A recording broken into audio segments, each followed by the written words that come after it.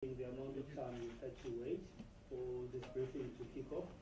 Minister Kumubele will be assisting the President with some of the questions. So right off the bat, we'll start with the first round of 3 questions, and the President will take them. Kanita, you have your first hand up.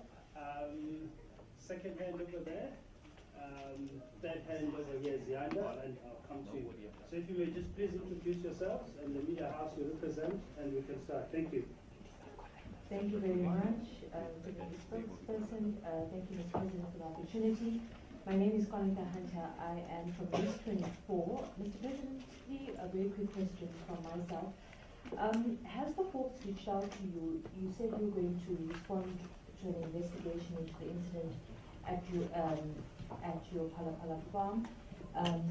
Will you depose a statement, or have you deposed a statement since the complaint has been made against you? And then in 2018, you said under oath that appointing Arthur Fraser would stabilize the security cluster and is in the national interest. After reading Arthur Fraser's affidavit made against you, how do you feel now? And on a separate topic, Mr. President, are you considering, you spoke about ESCOM yesterday, and it wasn't debated too much, but we want to know, how are you considering taking over some of ESCOM's debt burden so that it can start investing in the country's transmission infrastructure? We know that ESCOM cannot get more loans. So how are you considering taking over some of ESCOM's debt burden? If you can take us in your confidence in that regard. Thank you very much.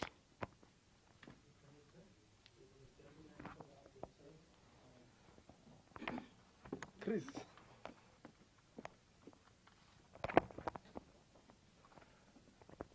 Mr. President, it's Christian Duplessis here from Netwerk 24. Mr. President, firstly, I just want to get some facts from you. How much money exactly was stolen on your farm? In what currency was it? Was it hidden in any piece of furniture, and why? And if not, where was it hidden? How did you receive the money? And did you comply with the exchange control measures of the Reserve Bank, which I understand that you have to deposit foreign currency within 30 days after it is received? Then also, why was the matter not reported to the police? Did you give an order for the suspects to be kidnapped and interrogated? And did you bribe them for their silence? And then just lastly, was the money laundered? Thank you. Last question.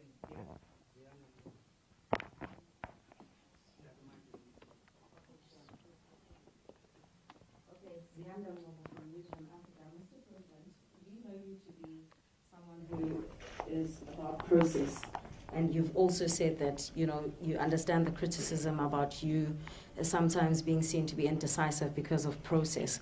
However, Mr. President, my question to you then becomes, why did you then choose to suspend the public protector before judgment was handed down regarding this impeachment process?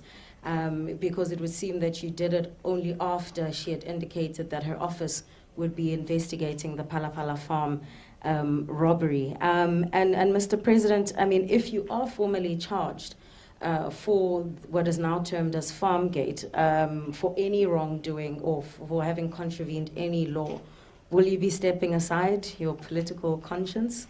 Will you be doing that?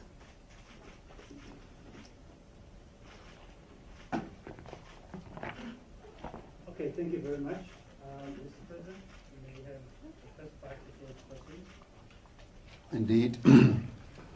I don't know, I didn't see a number of you in the National Assembly, unfortunately, as you are not members. That may change for some of you in time, I guess. I did say in the National Assembly that we would like to leave this whole matter of the robbery to the due process that must unfold. And I know that there are a number of questions that people have. And I did say in the National Assembly, quite a bit of counsel was passed on to me by a variety of members, some even quoting the Bible and all that. And I did say that whilst the approach and the advice is that allow the due process to unfold. Let those that are meant to do whatever review process, go ahead with it, and so that the whole matter can be looked into closely. And the advice has been it's best to handle it that way. And then the assembly, I said, I've been given some counsel by a number of members of parliament, and I did say that that will also be considered because there are two positions. Do what every one of you who has asked a question and outline everything, and the other one from a more different position is let the due process happen as regards things like, you know, was this laundering of money? Was it the issue of what was how much money was there? Was there any torture? And all those related questions. So I'd like to hold on to that whilst I give consideration to the positions that were also put to me in the National Assembly. And I do that with respect because, as Sianda correctly says, that I'm a process person. The process must unfold. What I will, however, say, if I were to be charged, yes, the processes in the governing party have to unfold in the ANC. As you well know, I have offered to go myself on a voluntary basis to the Integrity Commission, and I will be seeing them. The date is yet to be set. And I felt that following the 54th conference, where conference said if there are allegations against any one of us, we should present ourselves to the Integrity Commission and not wait to be called.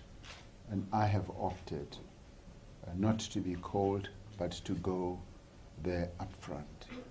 So that is the process I'd like to follow, and I'd like you to accept that, one, I'm not going to run away to some place and not be available in time to be able to respond to whatever issues that you may want to put, but I'd like the due process to unfold in relation to this matter, including questions like, have I made a statement to the Hawks or whatever, and that too will unfold in time. In relation to Juanita's question about Arthur Fraser was the Director General level, the SSA.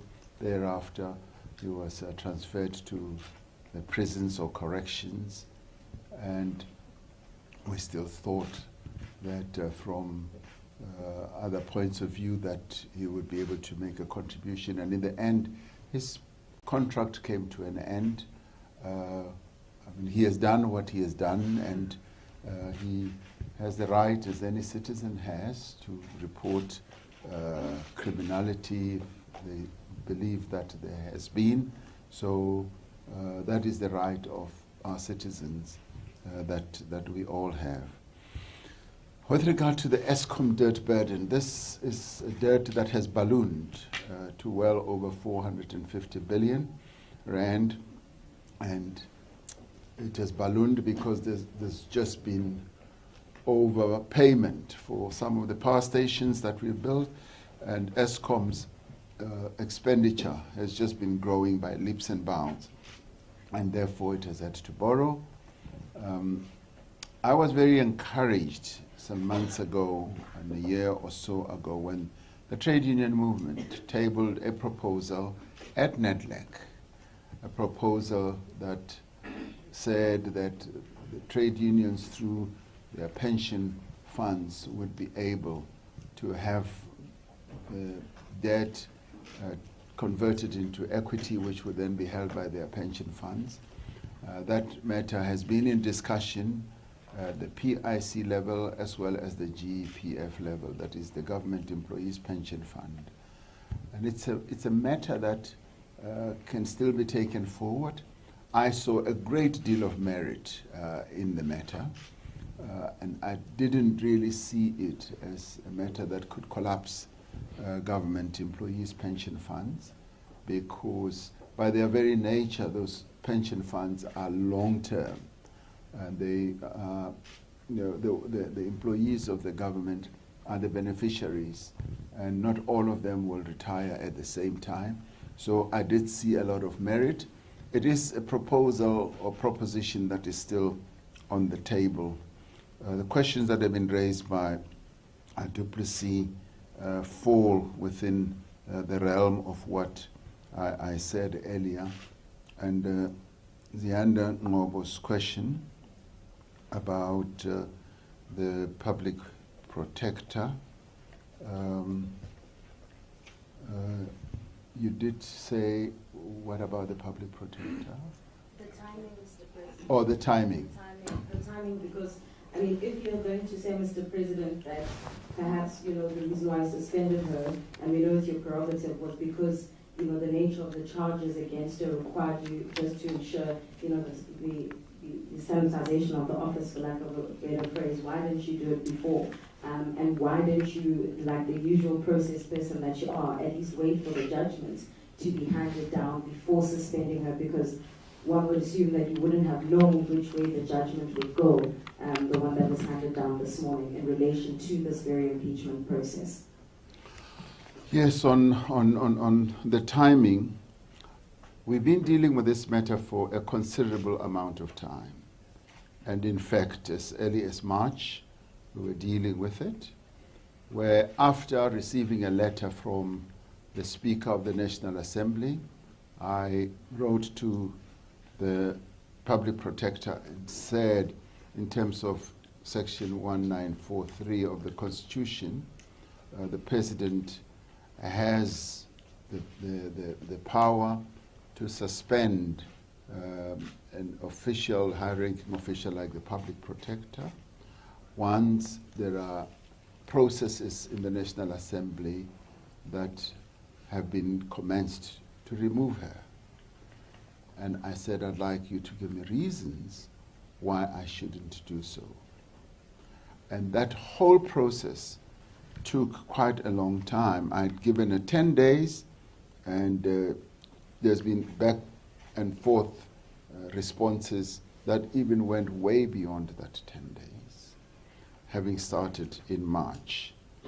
Now, obviously, she had raised a number of issues such as conflict, and raised issues such as I could have been involved in judicial capture, myself, and the Zondo Commission, and Bosasa, and a whole range of other issues.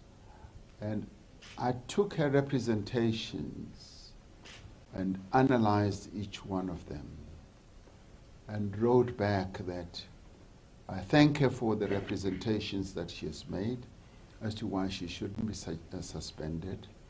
And I went through all of them, gave her a 9-page letter where all this is detailed. And I said, on the premises that have been covered in the letter, I do not believe that, one, there's a conflict of interest. And she had also said that there are either potential or pending investigations that involve me. And I said, an investigation per se does not in itself create a conflict of interest, because it may either turn out positive or negative, and she would have other protections as well. So, having gone through all those arguments, I then decided, because the process in Parliament had started in earnest, and as it has now, that the Constitution entitles me to suspend it. And all these processes were open, were public, and there was nothing underhand or hidden. And as regard the lawsuit that she had launched, I did ask for time frames. I said, give me a process of time frame. I did not know that a judgment would be coming out as early as yesterday or so. But I felt that I should still go ahead, notwithstanding that. So the issue of timing has to be looked at in the historic processes that had taken place. It was not an immediate term event, and it was not really even linked to the investigation that she argues she has launched in regard to the robbery at the farm. I also did say that it is the office of the public protector remains. Once the public protector is suspended, the work of that office does not come to an end. It continues. So the deputy public protector would be able to take the work forward, grounded on the principles of no prejudice, no favor, and impartiality. So if those are the principles that should guide anyone in that office, then we should not be concerned as to who does the work. Thank you. Thank you very much, Mr. President. We'll take now the second round. Okay, I had promised this gentleman to be the first one. The gentleman in the gray suit, ENCA. I've noted the other hands. I'll start with you when you go for the third round. Please. Thank you very much. My name is Lu from China's Xinhua News Agency.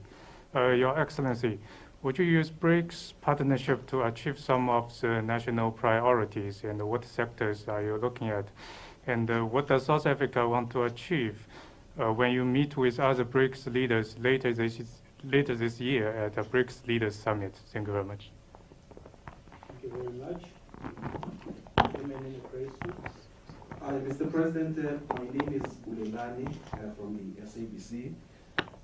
Basically, I mean, you've said and acknowledged that you received a lot of counsel from the political parties yesterday during the debate, and one would have probably hoped that you would have slept on that counsel.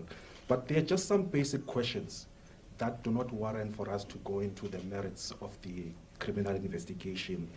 The one that needs to be answered is why would you store so much cash in foreign currency in your game farm? The second one is how much, because you've already indicated publicly in Limpopo that the amount that is being bandied about in the media is not accurate. In fact, what you allege to have been stolen there is far less.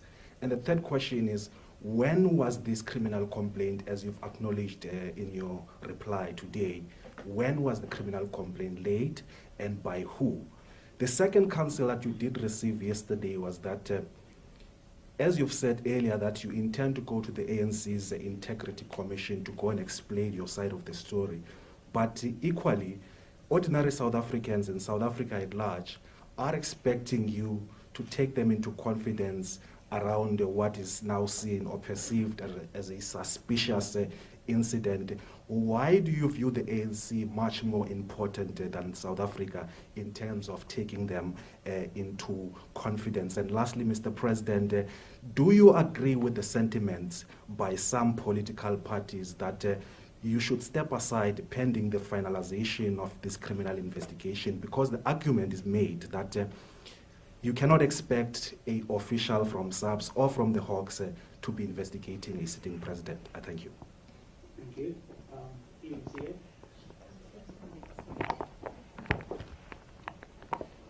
Mr. President, good afternoon. Lindsay Dentlinger from ENCA.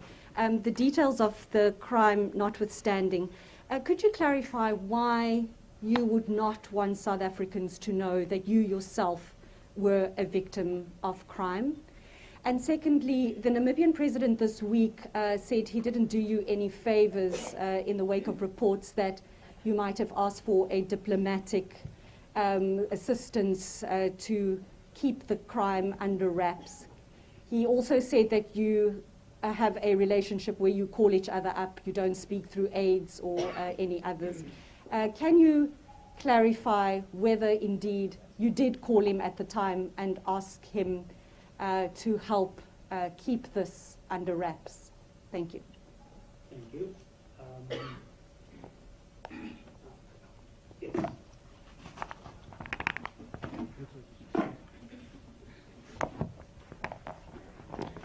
Good day, everyone, and good day to you, Mr. President. I have quite a few questions, but I'm only going to ask. Abongile Boy from Zbonele FM. Thank you. Mr. President, in your budget vote yesterday, you mentioned that South African economy have grown by at least 1.9%, and the GDP is higher than before the pandemic. And we are still stuck with higher prices of fuel and everything. How is that happening? And secondly, we've seen the fifth incident of mass shootings in Khayelitsha. Is there anything that the national government is doing, maybe gokusebenzisana with the local government in beefing up the security? Thank you very much, Mr. President.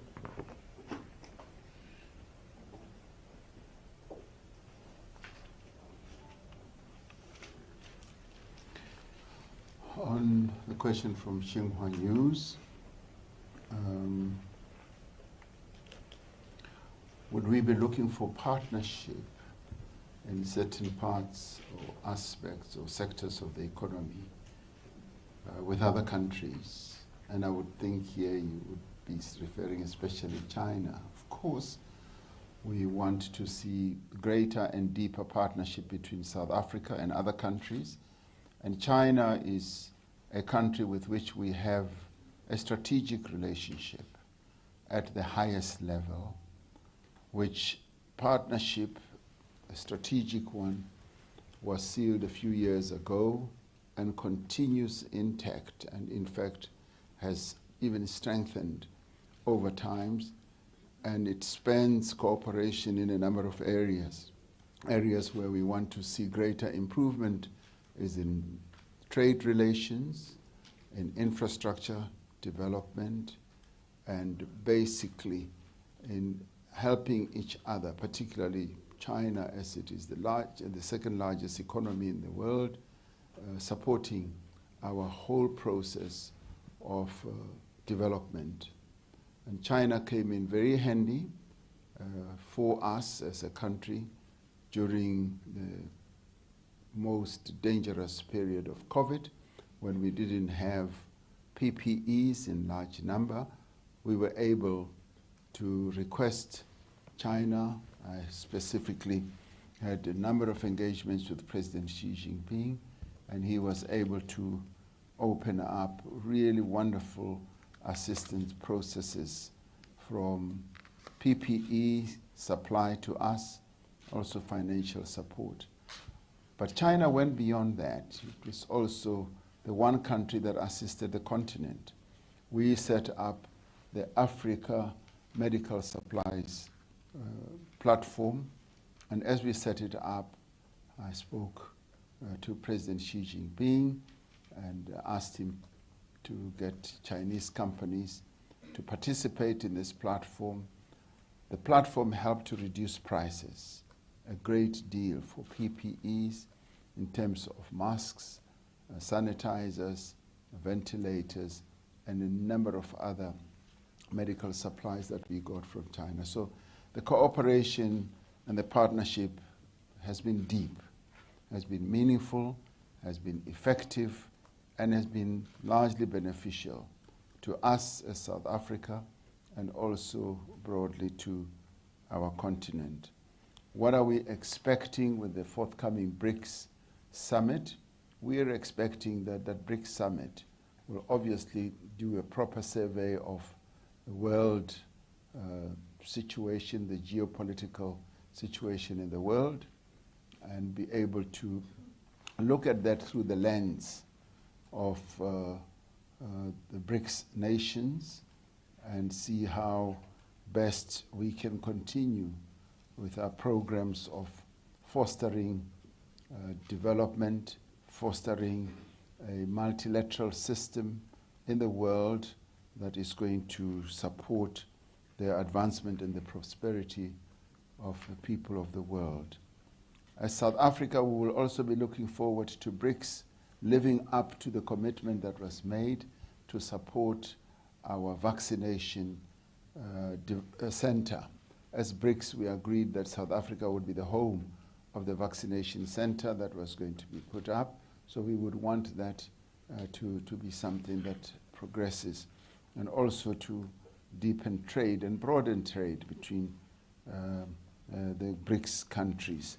And of course, we will reflect on the challenges that Russia is going through now, and we will get a briefing from President Putin on the developments in Russia itself.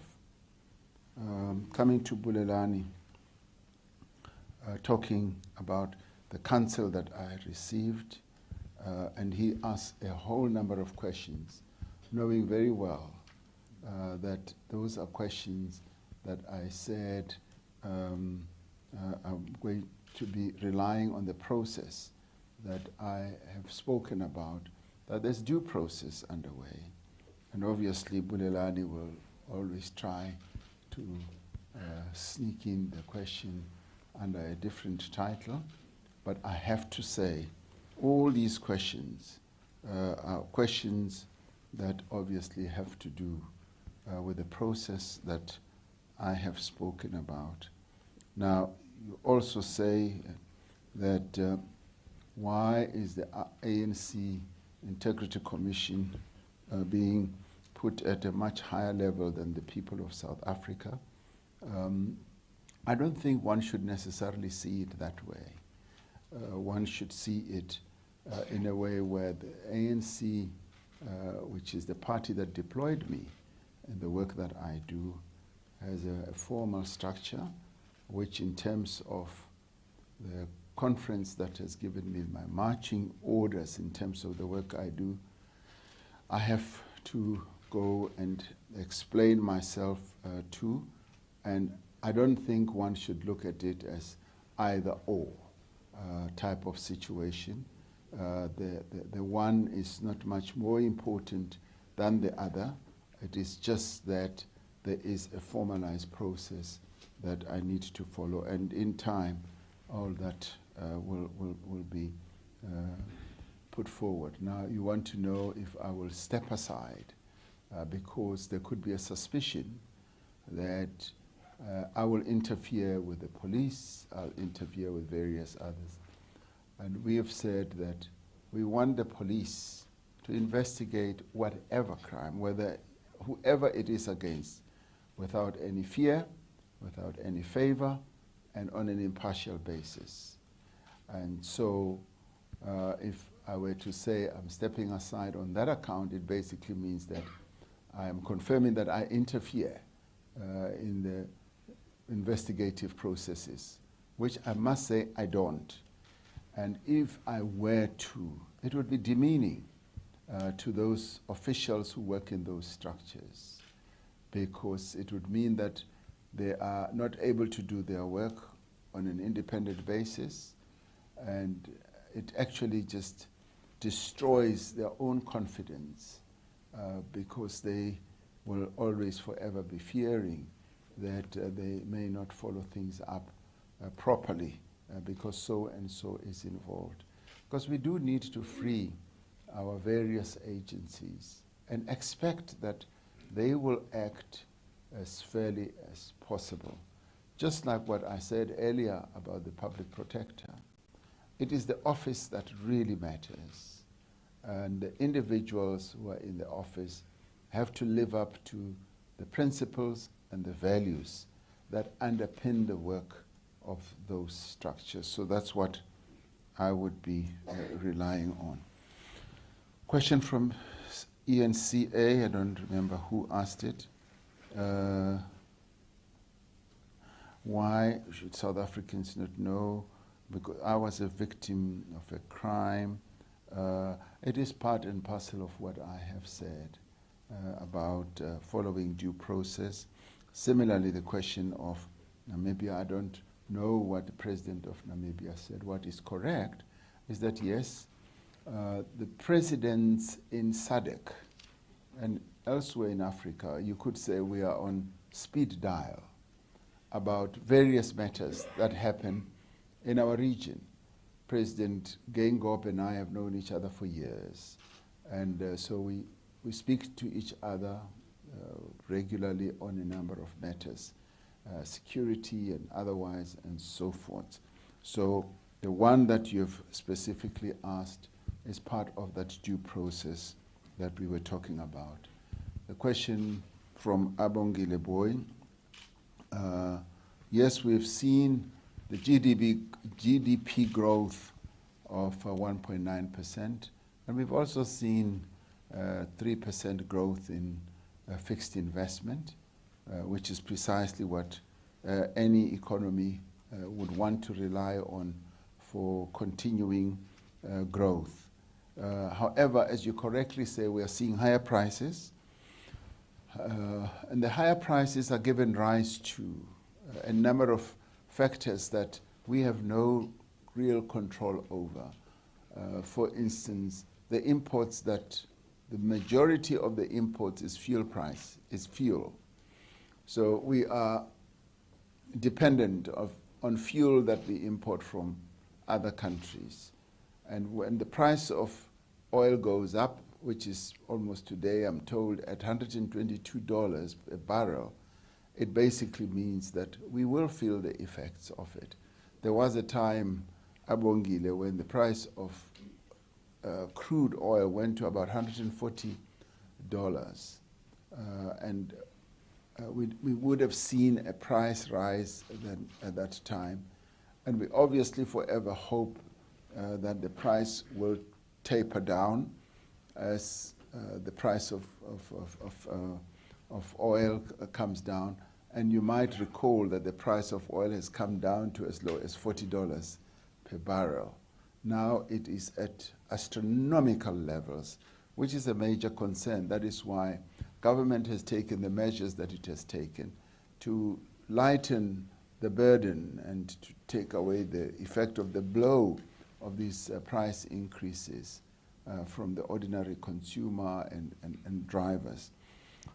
The price of foodstuffs has also gone up, and that I think you could ascribe to a variety of reasons. I think last year prices of potatoes went up because there was too much rain and potatoes started rotting. And so our food prices gyrate up and they come down again. And those are factors that government per se cannot control. The issue is, what are we doing about it? The central bank itself responds to some of these by dealing with the instrument that they have at hand, which is interest rates. And on the government side, recently you've seen us respond, as I said, by dealing with the price of fuel and releasing strategic stock so that we are then able to assist those who rely on buying petrol. Mass shootings in the Western Cape here, it's a matter of great concern to us. Are we going to beef up security, working together with the local government? Of course. We will always look out for ways in which security can be beefed up.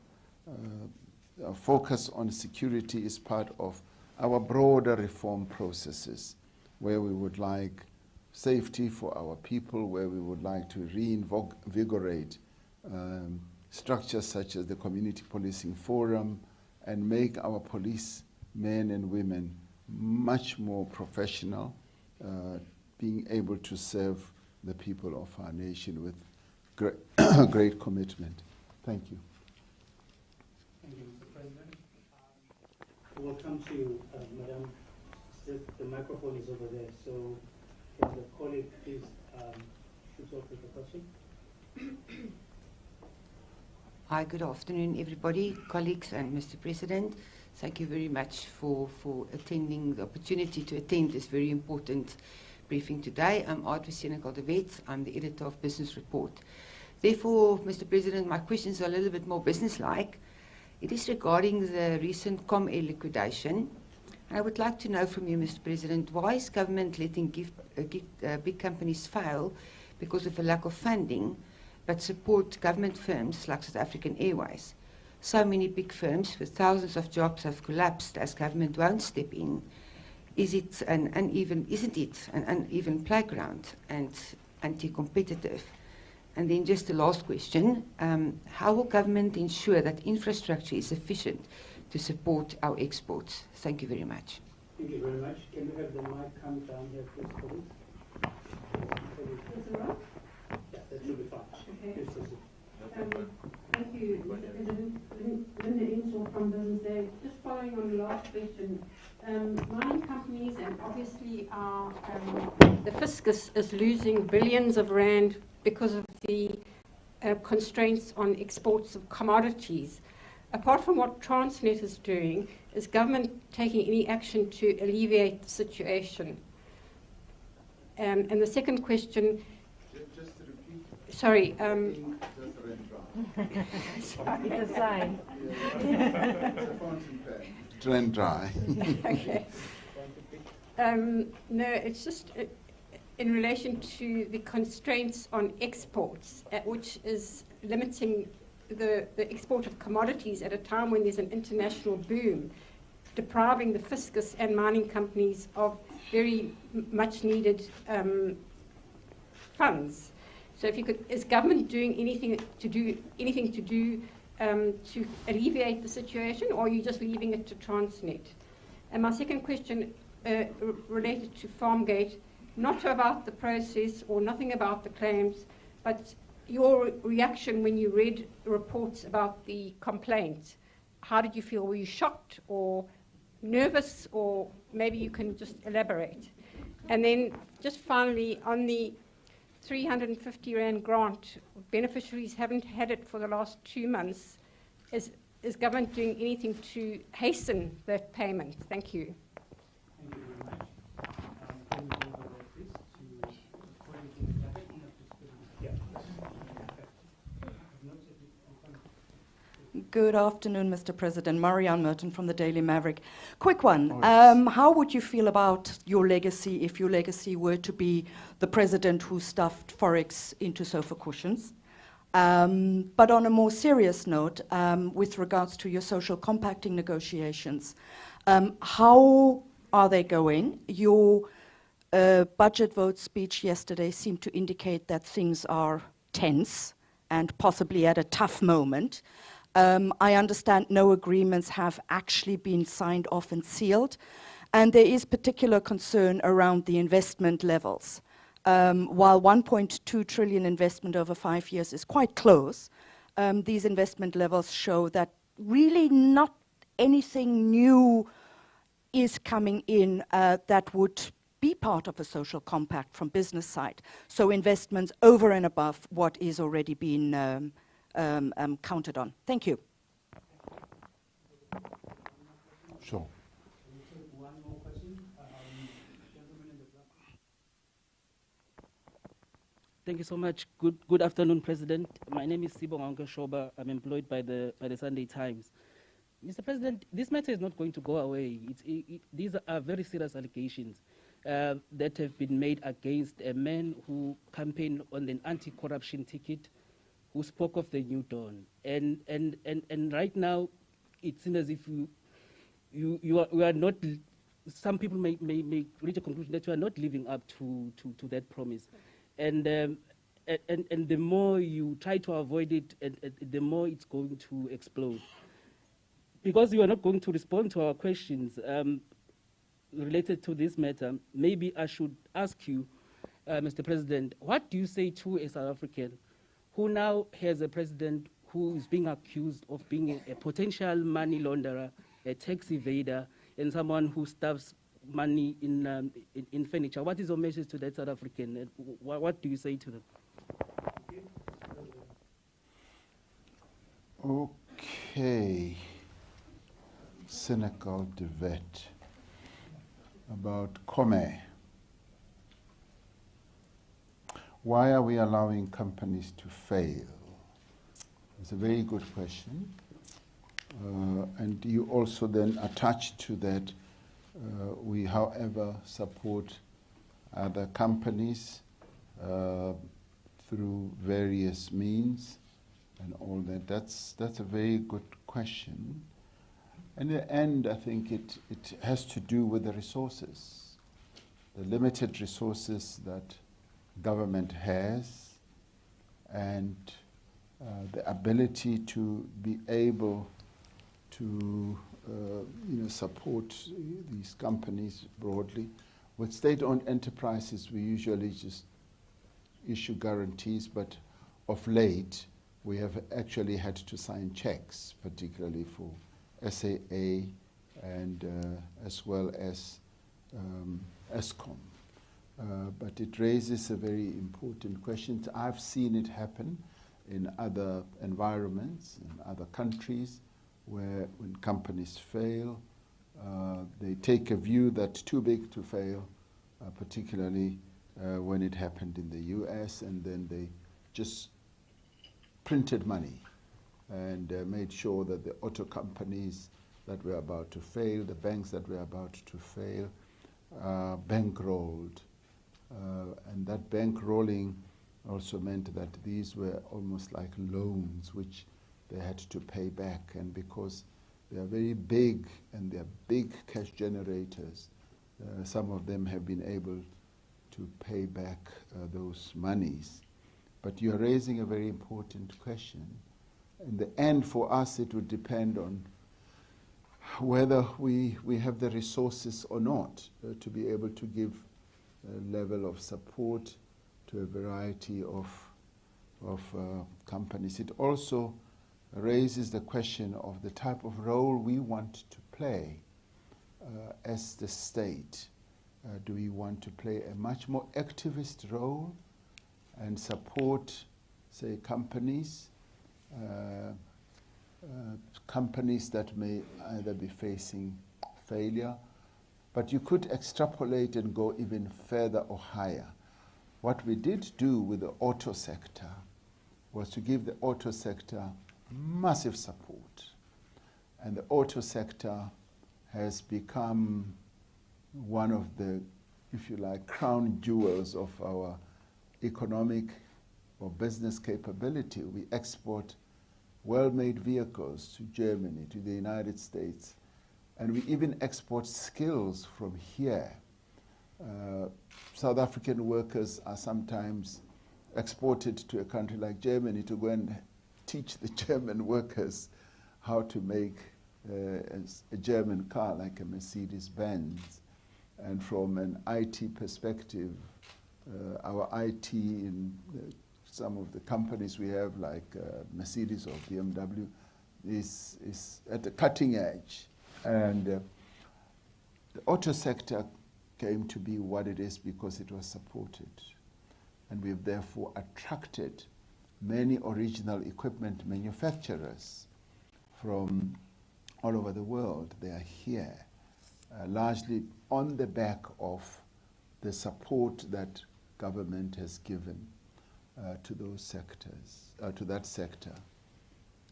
And I have been saying government needs to be more activist.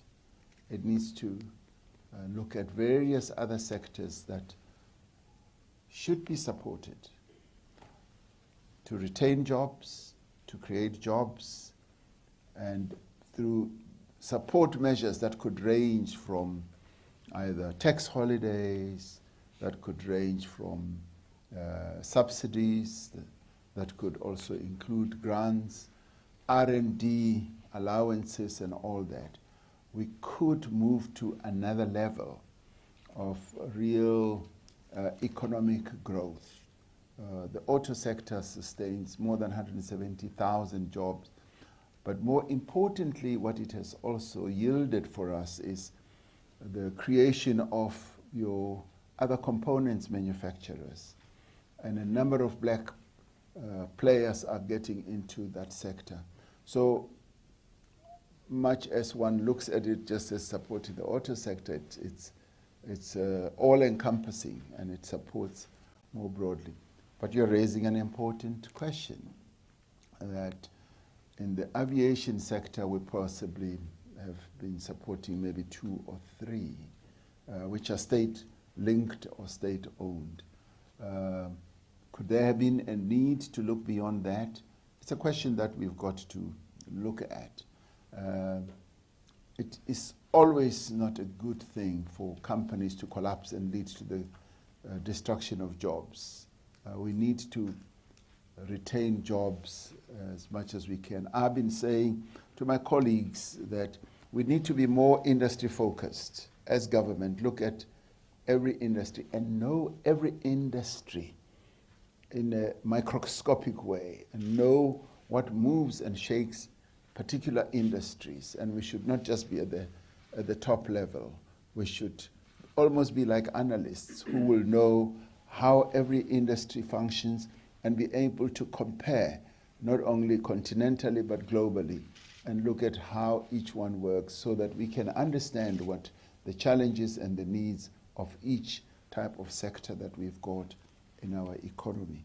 And I'm hoping that we will move in that direction and be able to be more activist and be more supportive, whether we own as government the entity. It should be seen as a South African entity that requires support. The support could be regulatory, it could be a whole range of, it should be like, nurturing every sector of our economy and keeping a very close watch on what should happen in every sector. Now, I was talking too much. Now,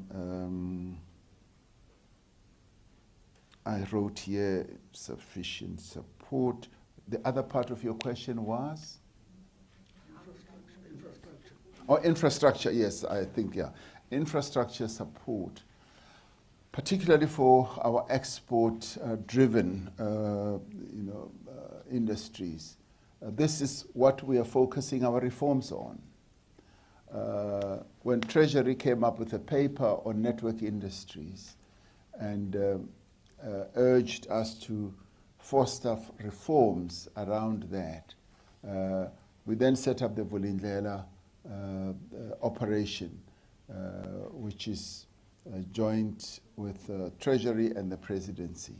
So our reforms are focusing on that because we've done a proper analysis of those network industries, particularly how our ports function. Our ports have declined quite considerably. Ships take far too long at our ports, and there are port operators who come to us and say, we can help you boost the operation of your ports and inject efficiencies. And it is for this reason that we've said to Transnet, invite the private sector. The private sector can play a key role because it is in their interest that our exports should work well so that we are able to live up to better performance results.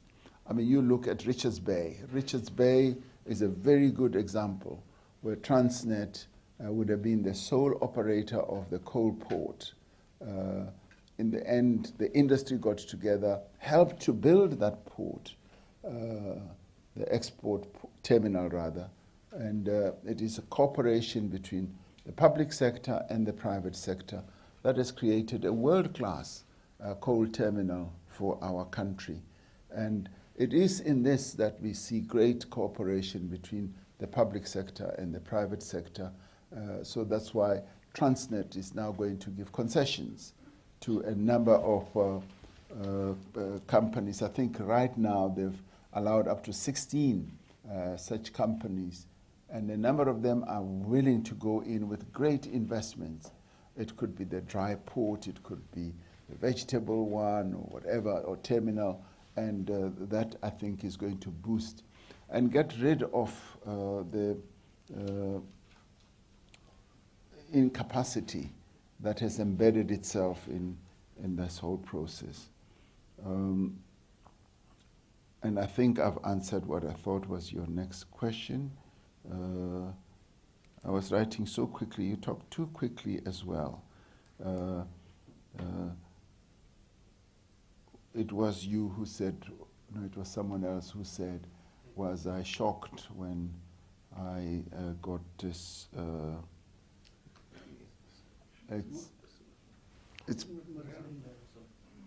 yeah, it was you. Yeah, it was you.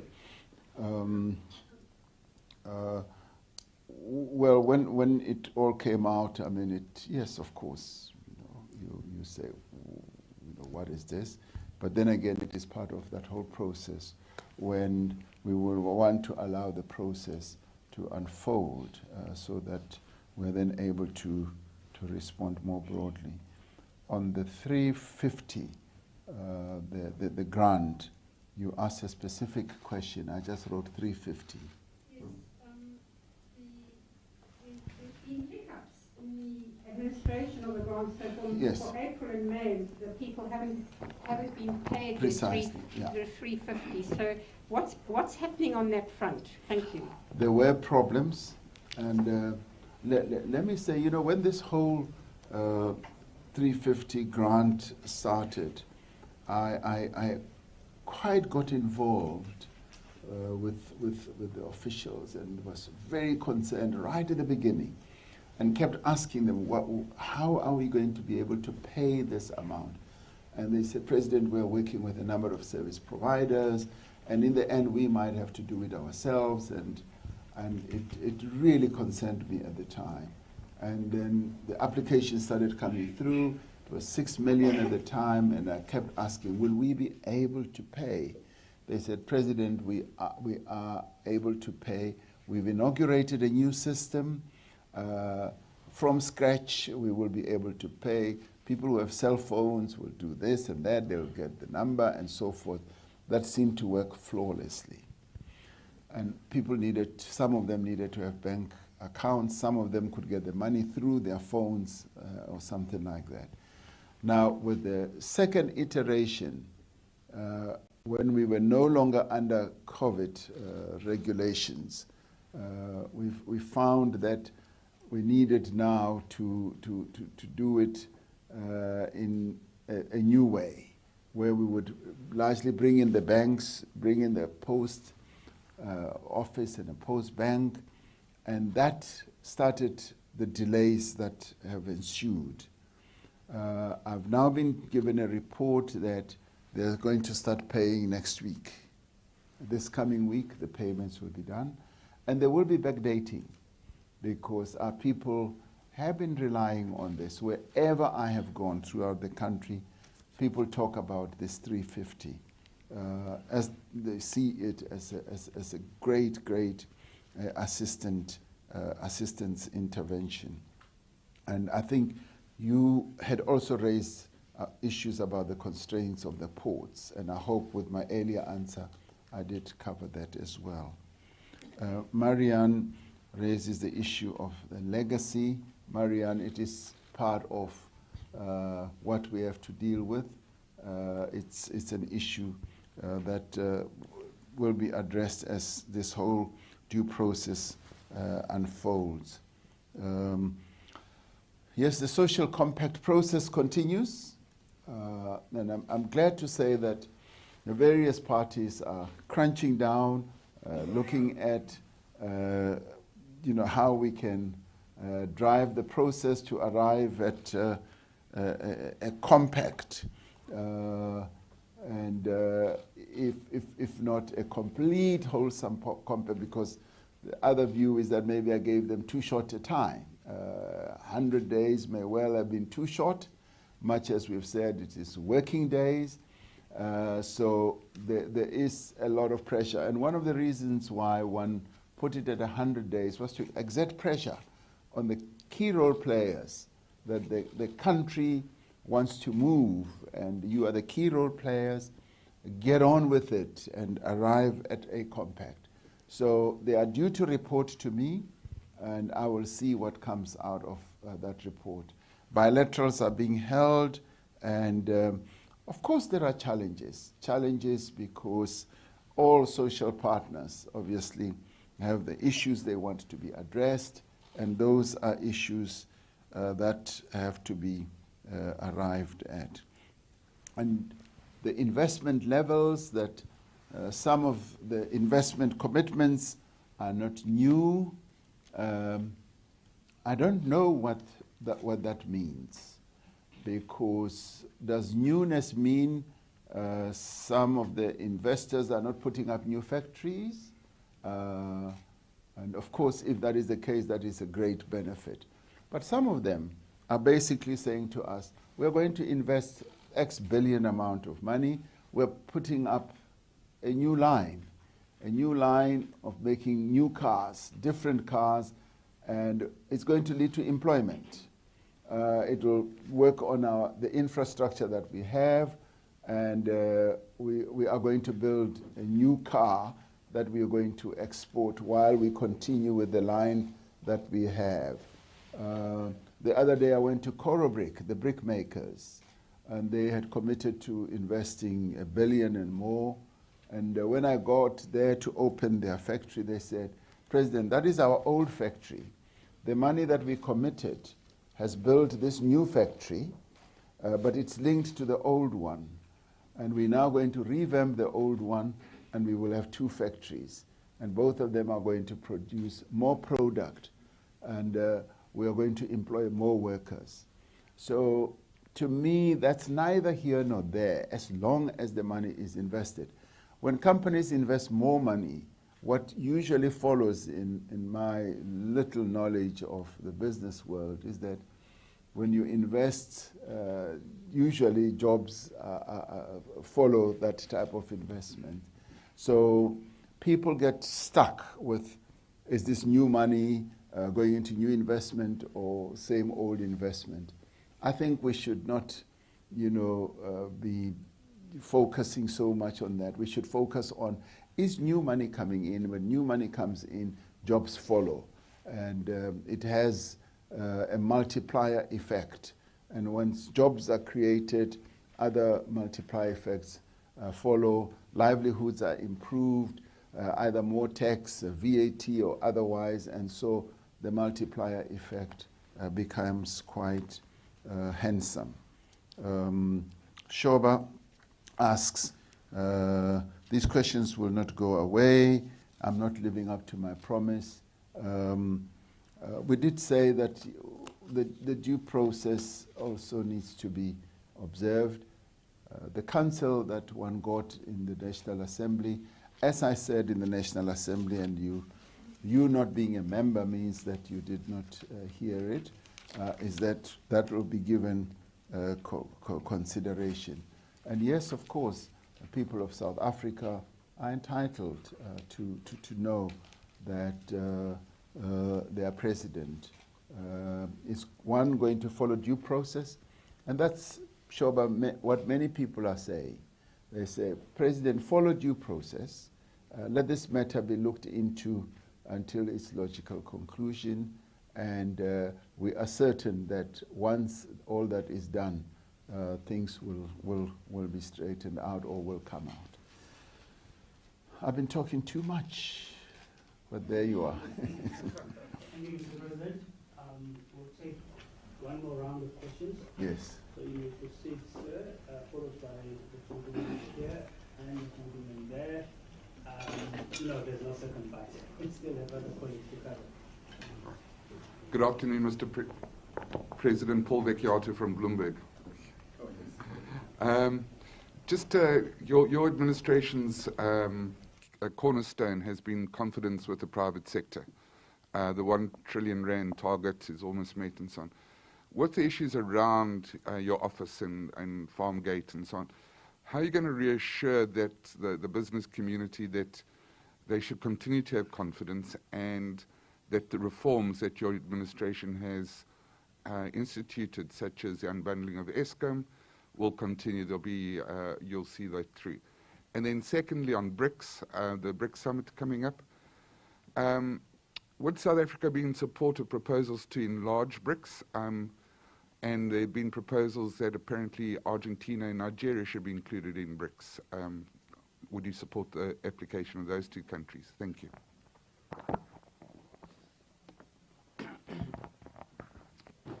Mr. President, Joseph Mosia from SABC.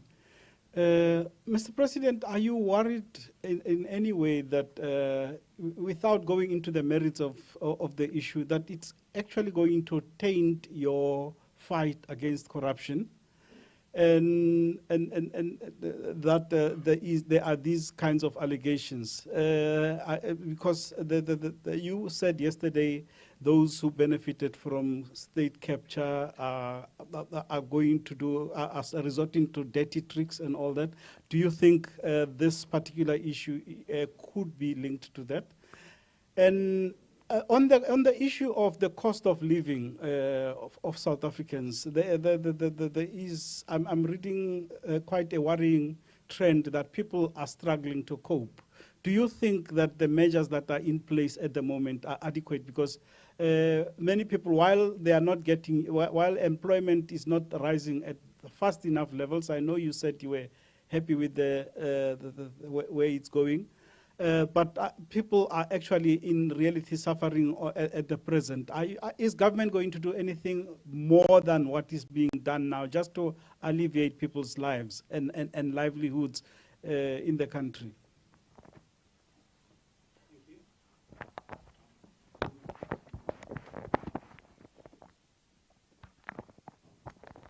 Good afternoon, Mr. President. John Eligal at the New York Times. Just a couple quick questions. First, given what you have conceded, what you have admitted to about the farm scandal, that there was money taken, that you reported to your protection unit, you've said that you did not do anything illegal, and taking you at your word on that, would you still characterize what you did as wrong? In other words, would you, if that were to happen again, do you think you should have handled it differently? Second question, how do you characterize the political implications of this? How will this impact your efforts to get reelected as ANC president? And do you believe that this is something that your political opponents have drummed up and orchestrated in order to undermine you, that it's something that they've blown out of proportion?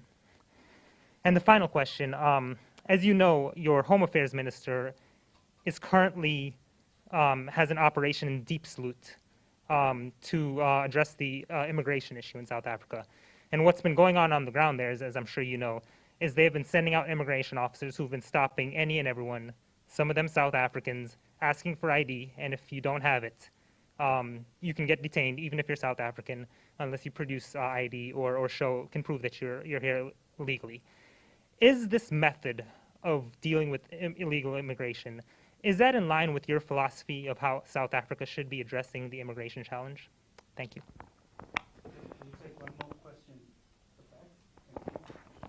Good afternoon, Mr. President. My name is Cyril with Independent Media. Given that you said that you'll be presenting yourself to the Integrity Committee, will you accept their decision to ask you to step aside? And I've partly been covered by my colleague who asked whether you believe this will hurt your chances at the ANC's national conference at the end of the year. Thank you. Thank you. Start with Paul. Will what has happened have a negative impact on investment or blow the confidence of, say, investors? I think investors take their decisions based on a number of factors. They don't look at one issue.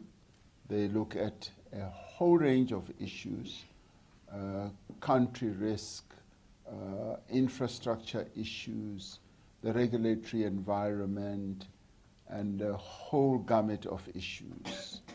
And when they go to their boards, that is the managers or the executives, they have to convince the board that we've looked at everything.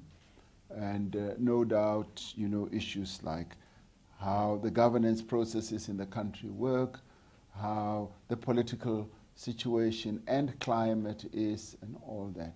So all that is taken into account, and it's put in the washing machine to see whether it yields a particular outcome which will encourage a company to want to invest. So having seen how a number of companies have come forward with their investment pledges and investment commitments, I would imagine that, of course, they themselves will need to take into account a whole range of matters, but I don't think they take decisions and base it on one sole issue.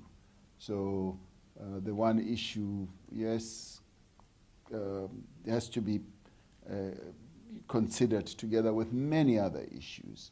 So in the end, I really don't think that confidence in investment will be blown. Will South Africa support enlarging BRICS? It is a discussion that we are going to have. We have supported enlarging the membership of the BRICS Bank, and that a number of other countries want to join BRICS speaks volumes about the confidence that many other countries are having in BRICS. They see BRICS as a wonderful, forward-looking alternative to the current blocks that exist in the country, and people see BRICS as a very attractive bloc, political bloc, economic bloc of formation in the world, and that in itself is something that is positive. So we will have a discussion, and we as South Africa have not yet arrived at a decision as to whether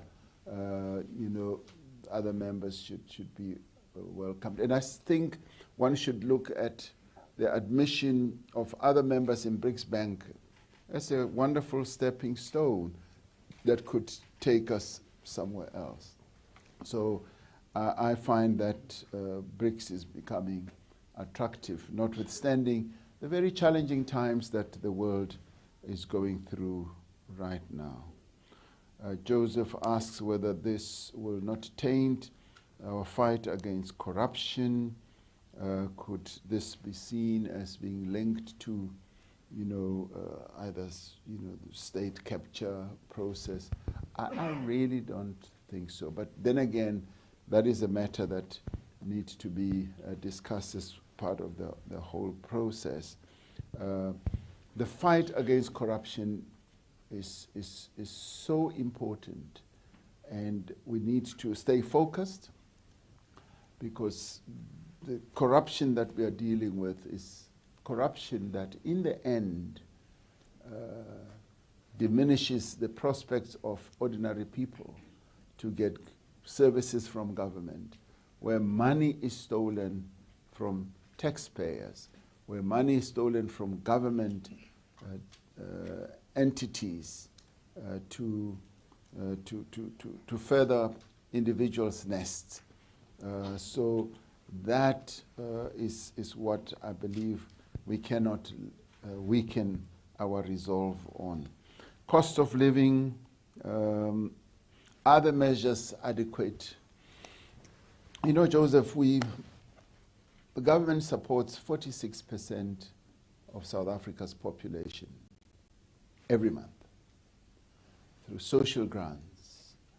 I know of no country right now on our continent that has such a massive and overarching support process to ordinary citizens of the country, where 46%, you take it that maybe we're 60 million, it's a huge number, close on to 28 million of our people who get support. You could say it's almost like from cradle till 18 years, and thereafter when you're facing the latter years of your life, and even when you're 18, you're then supported with NSFAS again until you, so that the the impact of high cost of living is lessened. So your question is this adequate? Within affordable means, this is as much as I guess can be done right now. And we've even demonstrated that even in times of great hardships on ordinary people, like for instance fuel price rises, we've even done the risky thing of saying we will subsidize, we will reduce, it is really a subsidy of some sort. The problem with subsidies is no sooner have you started them, people get used to them and they then steamroll and start going forward. So in our case, the problem is not our will and intention or commitment to support the livelihoods of our people. The problem is resources. And I guess if we had the resources that were sufficient, our commitment as South African government is to give our people a better life. That is what Nelson Mandela promised the majority of our people. And there are those who will argue nothing has happened since 1994, but then they don't begin to analyze and peel, cut this potato and see what is underneath it. On this African continent, I know of no country that supports livelihoods of 46% of its population. So we are held back by our resource poverty. Our commitment we have in abundance. Our intention we have in great abundance. So will government be seeking to find ways to help ordinary people? Yes, if we can have the resources. That is a commitment that we would make. John from the New York Times asks, how do I characterize this? John, that also falls in that category.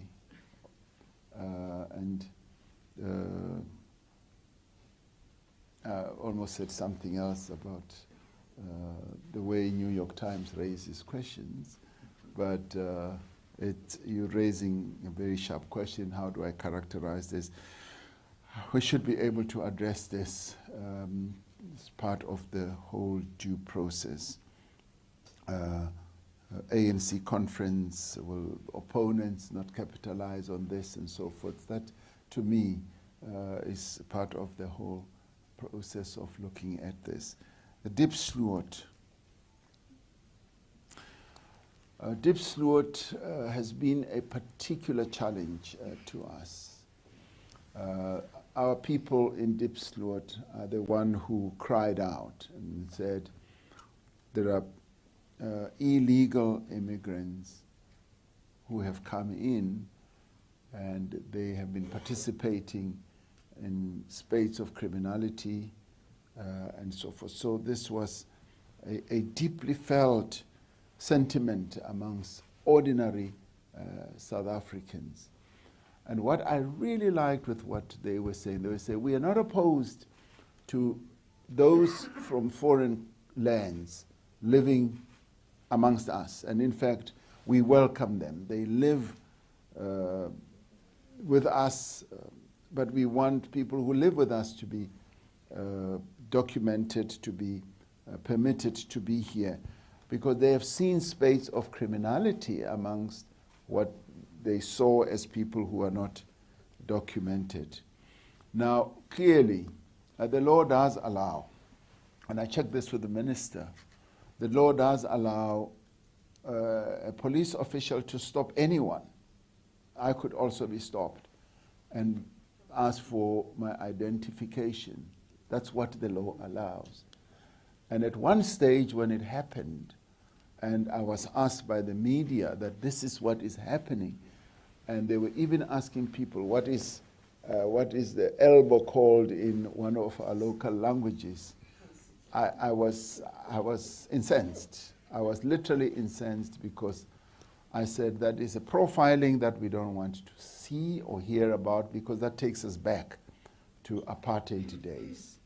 And the minister later said, President, I heard what you said, but the law does allow police to ask anyone amongst us for identification. When I was young, just to digress a bit, I was asked for identification. I think I would have been about 17 years or 16. And the apartheid police then were going around the streets of the township where I grew up. And they encountered me and they asked me, where is your pass? I didn't have any. So I was handcuffed to a whole line of people who had been arrested because we didn't have our ID books. And that image came back to me when I listened to what the minister was explaining. So it is a very difficult one for us as South Africans, but at the same time we've got to deal with the concerns that are raised by our people, particularly on those who come from foreign lands, who participate in criminality such as drug peddling and even human trafficking at times, and just sheer criminality at the same time. So we are having to traverse very difficult waters on this whole issue. But what I really am, I'm heartened by is that xenophobia is not part of, if you like, the architecture. It's not part of the whole scheme. South Africans are not xenophobic. I've confirmed that, because they say, we don't mind when foreign people from foreign countries come and be amongst us. What we are concerned about is those who come not as for economic reasons, those who come for criminal reasons and purposes. And of course, they do agree that the criminal justice system needs to deal with people like that. Thank you. Oh, yes, Tseho asked the IC saying step aside. I don't know what the IC is going to say. And the IC, the Integrity Commission, will listen to the story and they have to take their own decision. So I cannot preempt what they are going to say. Thank you, Mr. President. We're going to take one last.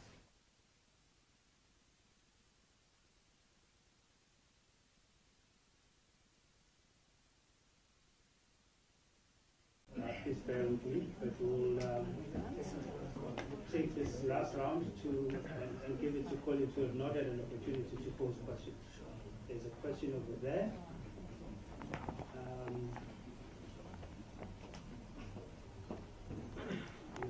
You've already asked the question. If no one else wants. No, if no one else, then we can finish it. Hi. Karen Scrimbier, BBC. You've already said, Mr. President, that you didn't steal public money, but the allegations about around money laundering are serious. How would you reassure South Africans who are worried that you are not much better than your predecessor? Thank you. I take it that's the last round. Thank you very much for this. Mr. President, that's the last question. Yes, Florence from the BBC. Yes, I mean it is being said, and the whole range of allegations and insults are being hurled at me, and in the end, it is part of this whole process that I have to go through, which in the end will be the determinant. So I'm relying on this process to deal with this matter, and that's the best I can say to you. Thank you very much, Mr. President. Thank you, Minister Promobele. Thank you. Colleagues, thank you very much. That brings us to the end of